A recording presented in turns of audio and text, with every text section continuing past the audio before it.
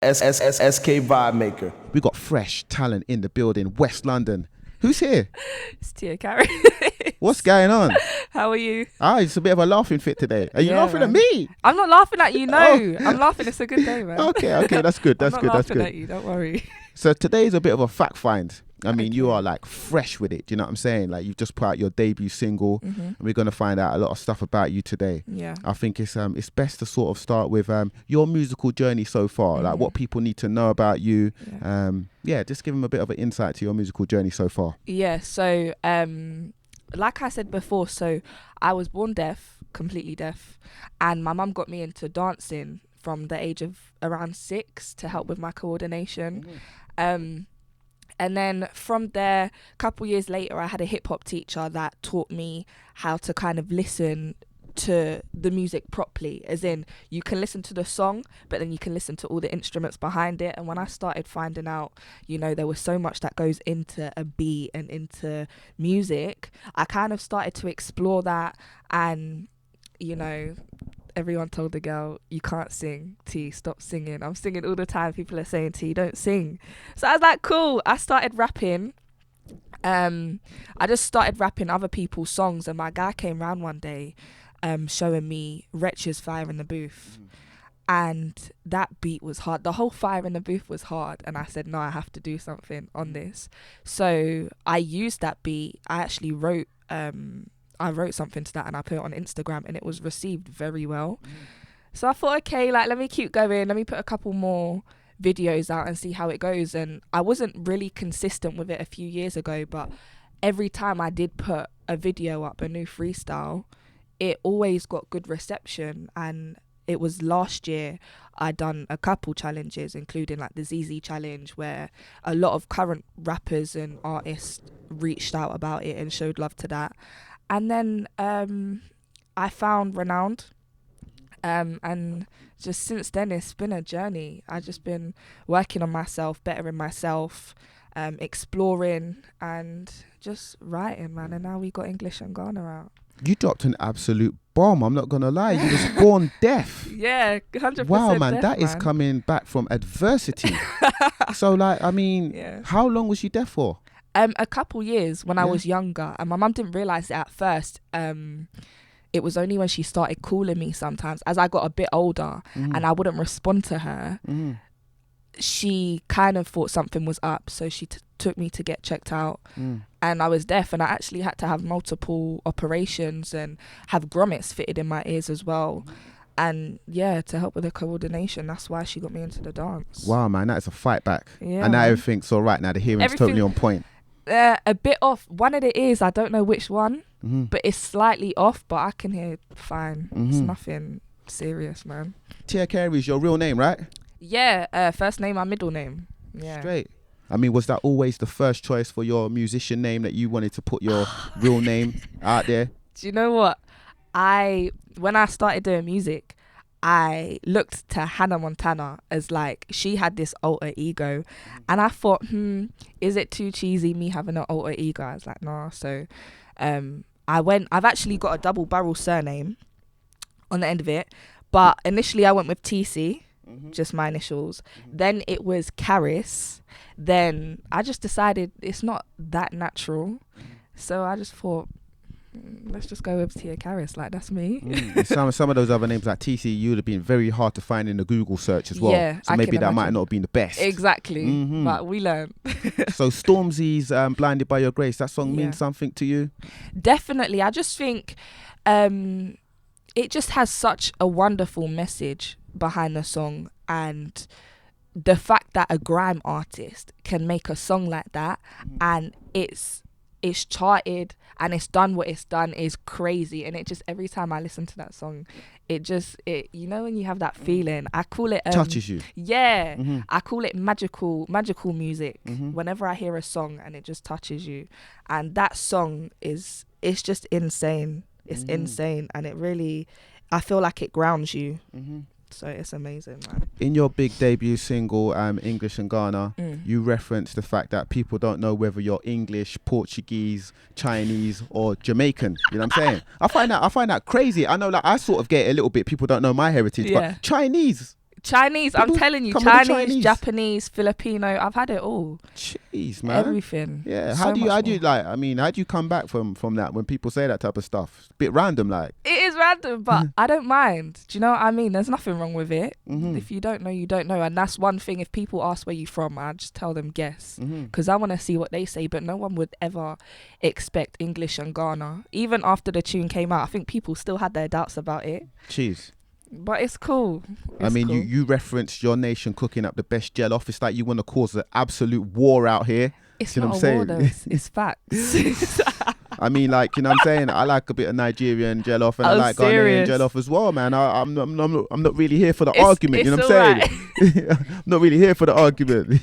It's all right. Do you know what? Tell me why it's the best. Why is it the best? It's evident. I think Ghanaian jollof just has, the flavors are warmer. So it's got a more homely feel to it, man. The question is, can you cook it though? 100%. Yeah. 100%. Don't even question that. I'm from Caribbean heritage, obviously. Like, I feel Okay. like not many Caribbeans can actually cook jollof rice. I'm saying it's a bit of a problem. And I feel like the Nigerians and the Ghanaians, or shall I say the Ghanaians first and the Nigerians, There you go. they like sort of, they keep it as a secret. I don't think so. You can go on YouTube and It's look not the same. It's not the same. You could try it. It's just not the same. You ain't got no African brethrens. I have. I feel like they want to keep it secret as well. They don't want to. Yeah. I've got people in the family as well that they want to keep it secret. They want to cook it, but they don't want to share the recipe or do it in front of people. Mad. Are you about that? You do it in front of people? Yeah, I can help you. I'm not gonna lie. I'll help you. I might have to take you up on that. That's what you're asking for, innit, Loki? Maybe. You know what I'm saying? So with mixed heritage, it can be often understated. Like growing up with mixed heritage, sometimes you don't fit in. Sometimes one side takes you more than the other. Yeah. You know what I mean? How was the plight for you growing up with mixed heritage, English and Ghanaian, white and black? Yeah. So the two main parts of my life growing up was obviously school and dance. So dance was okay because it was like everyone was included. That was cool.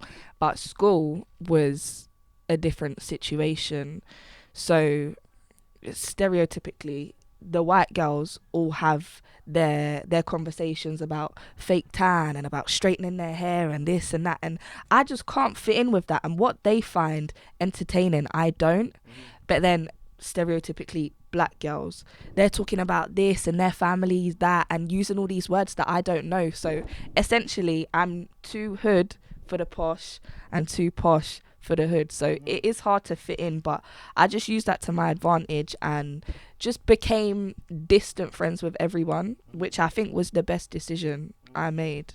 I mean, distant friends with everyone, that's like it's a bit of a, it's not the greatest, it's not the best, it's not ideal. So you never had many close friends? I'm not gonna lie, no. And a lot of my close friends like I've fallen out with, but over like stupid things. But I'm not that kind of person. I don't run back. Do you know what I mean? Can be mad, man. You know what I mean? The mixed 100%. heritage, growing up with mixed heritage, definitely 100%. crazy. So we're definitely still finding out about you. There's not a lot of music. So right now, tell us the type of artist that you are. Right now, I'd say my vibe is cross between Afrofusion and kind of a R&B, grime, a bit of everything. Do you know what I mean? I experienced a bit of everything. I want to put a bit of everything out into the world from myself. Where does your journey with music begin? When you think back to some of the early music that was making the biggest impact on you, what songs and what artists were it? It can range from it can be like pop artists like Rihanna, Chris Brown, or it can be like reggae artists and, you know, Bob Marley and the Wailers and John Holt, or country music like Dolly Parton. Literally, there's been a mixture of everything. You threw the Dolly Parton in there, yeah. My mum used to love Dolly Parton. Real talk, yeah? Yeah, I took her to see 9 to 5 Dolly Parton show for her birthday. Wow, She loved mad haps, yeah? She loved it. I noticed that you didn't mention any high life or any Afro beats in there. That actually came in the more recent years, I'd say, you know, which is crazy. I used to listen to Bashment more than Afro beats, but now Afro beats, 100%. So from doing like a lot of freestyling, like you definitely had a few freestyles on your social media platforms, to now making original music, original material. How has that transition been for you?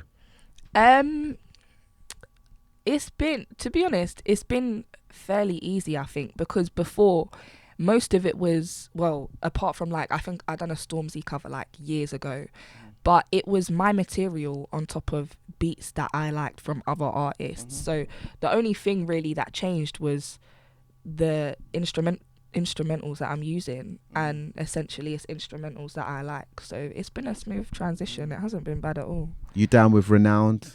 Wretch 3-2 as an artist is part of Renowned, and Hamzaa as well. How is it being part of that stable? Crazy. And just the versatility between the different artists is amazing, and being able to learn from all of them is just, I'm so grateful for it. And just even Renowned, like the family, the bond that we have is crazy.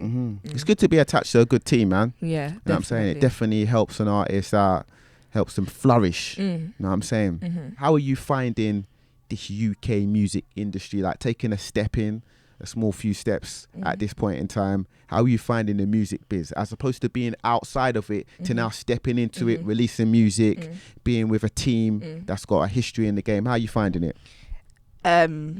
Well, to call it a game is facts. That's one thing I found out. It's really facts.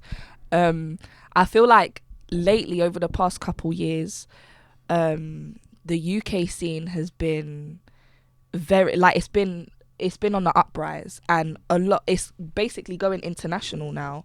In the same breath, I feel like it's kind of detrimental to young people's minds, and I feel like a lot of the messages that rappers are putting out there aren't always in, you know, the best interest of young kids growing up. I mean, I find my sister is very well spoken, and she grew up like she had everything that she needed basically, and since listening to the music I've noticed like changes in behavior or certain words that she's using that I don't even know, but she's learned it from this song. So people like Dave coming through, where he can do that kind of music and he can appeal to them people, but at the same time he's intellectual, and he has good messages that he wants to put out there, and he really does his research. And even Stormzy, I feel like people like that talk their truth are idols, my idols anyway. So in your opinion, how much responsibility do artists have on the impact of their music on the listener? I think it's hard to say, because you can never knock someone for wanting to express themselves. But at the same time, music is one of the biggest things. Everyone listens to music. It's one of the biggest industries in the world. So I think to the listener, all these listeners have idols. They have people that they look up to. All these rappers, kids are looking up to, and they want to be like them. So if this rapper is talking about X, Y, and Z, this kid is gonna want to grow up doing X, Y, and Z, because that's what their favorite rapper done. So I feel like it has a massive impact. But then again, it's hard because, well, most of the time these rappers are talking about what they're living, or so they say. And you can't really knock them for wanting to express their truth.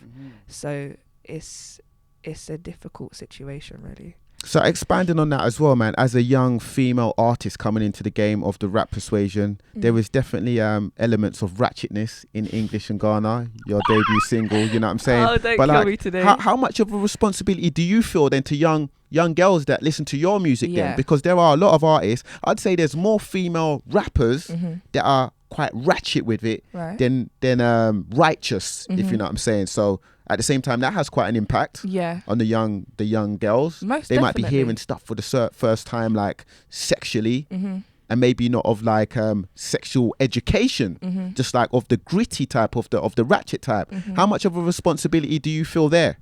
I understand that. I've always been a person that likes to explore new things, whether it be in myself or in the world. And I think it can't just be up to artists to frame these kids' minds. They're in school. They're supposed to learn about certain things. There's females that do what they have to do. to be in the limelight. I feel like personally, I do what I want. I don't think, well, what I've written so far, I don't think it's anything detrimental to kids. And I just think overall, at the end of the day, artists are still humans. Do you know what I mean? That's these female artists, what they want to talk about, how they want to look, that's them. Yeah, it's going to affect kids, but at the end of the day, they're still human, and people chose to put these artists on this platform.